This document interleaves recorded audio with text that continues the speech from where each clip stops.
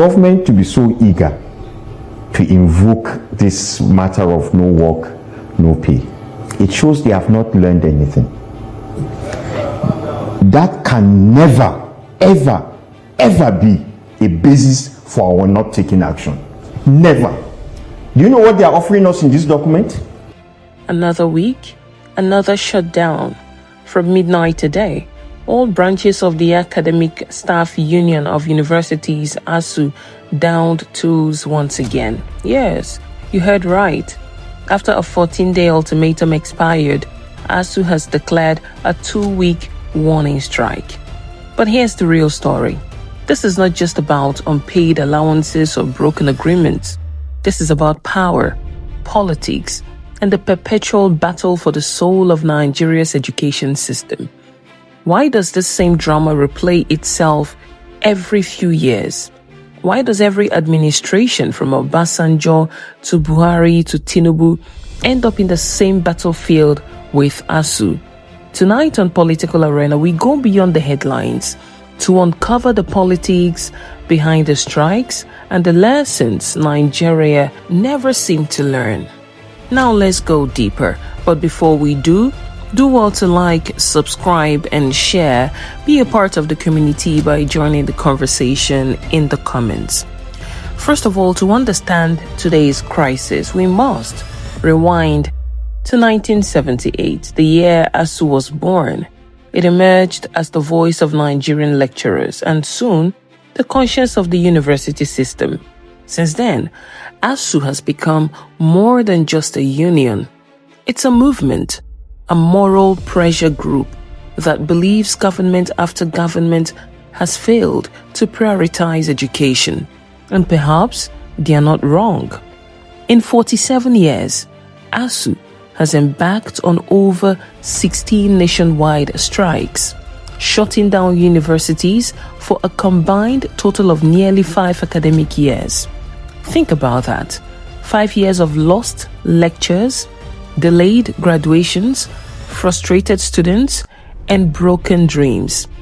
The longest strike came in 2020, lasting almost 9 months.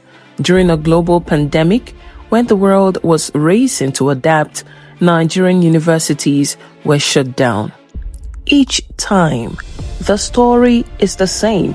Government promises reforms, releases special funds, and Asuu suspends its actions until the next breach, the next disagreement, the next strike. So what's different this time? According to Asuu President Professor Chris Piwuna, nothing substantial has changed. He says there is nothing sufficient on the ground to stop the implementation of the next resolution, meaning no tangible progress, no reason to trust. The government, on its part, claims it has already released 50 billion naira for earned academic allowances and budgeted 150 billion naira for universities revitalization in 2025. For the government, Asuu has no business going on strike. This strike is not even meant to happen in the first place. We are not going to make any fight with Asuu. We're pleading with Asuu to let them go back to school while we continue the negotiation. We've met as a government all their requirements. We've given them proposal. Let them come back to us. And I don't want to be specific in picking any direct banter with the Asuu president. He and I work so closely together. I have a lot of respect for him. But if this is negotiation, you've proposed, you've given us your proposal, we've counter-proposed to you. Come back to us. And what the Asuu president was saying, with all due respect to him, is not right. They gave us some modeling of where they want their salary to be. They started the modeling at 30%. We have document from them. And even when they did their own modeling, they did it on their salaries before the wage increase that President Bola Ahmed Tinubu gave all labor union. But when we came back to them, we said, okay, we will do it based on the current wages. And that's what we did. We've given them robust percentage. Let them come back to us. This is negotiation. And there's no reason for this strike.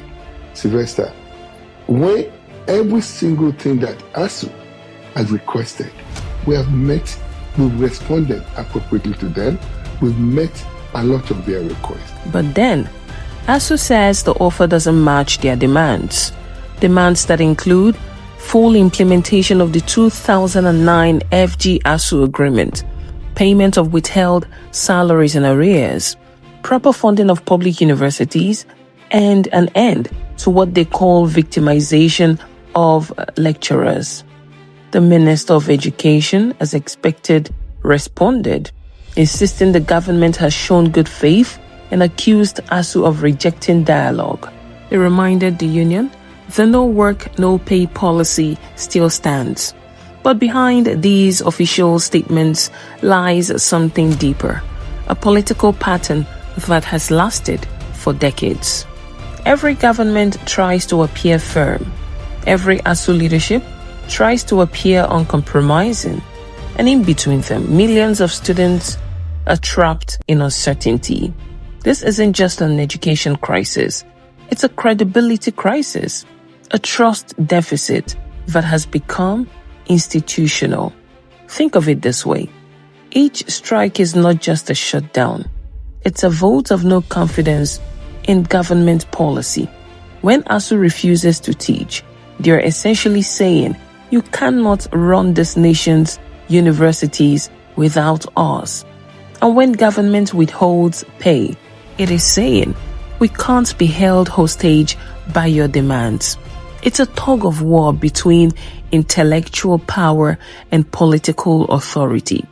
But who really suffers? Not the politicians, not the professors. It's the students, and by extension, the future of Nigeria's workforce. Every time universities close, the brain drain widens.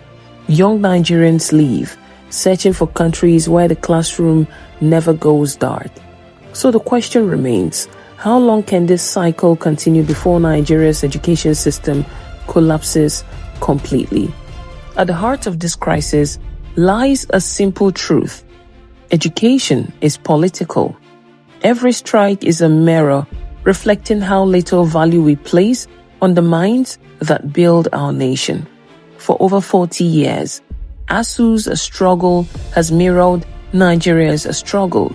A nation full of promise, trapped in endless negotiations.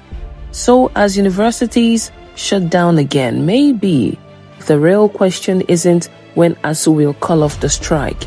Maybe the question is, when will Nigeria finally learn? This has been Political Arena, where we don't just report the news, we connect the dots behind it. Don't forget to like, share, and subscribe so you never miss the stories behind the politics. Stay informed, stay conscious, and keep thinking. See you on the next one.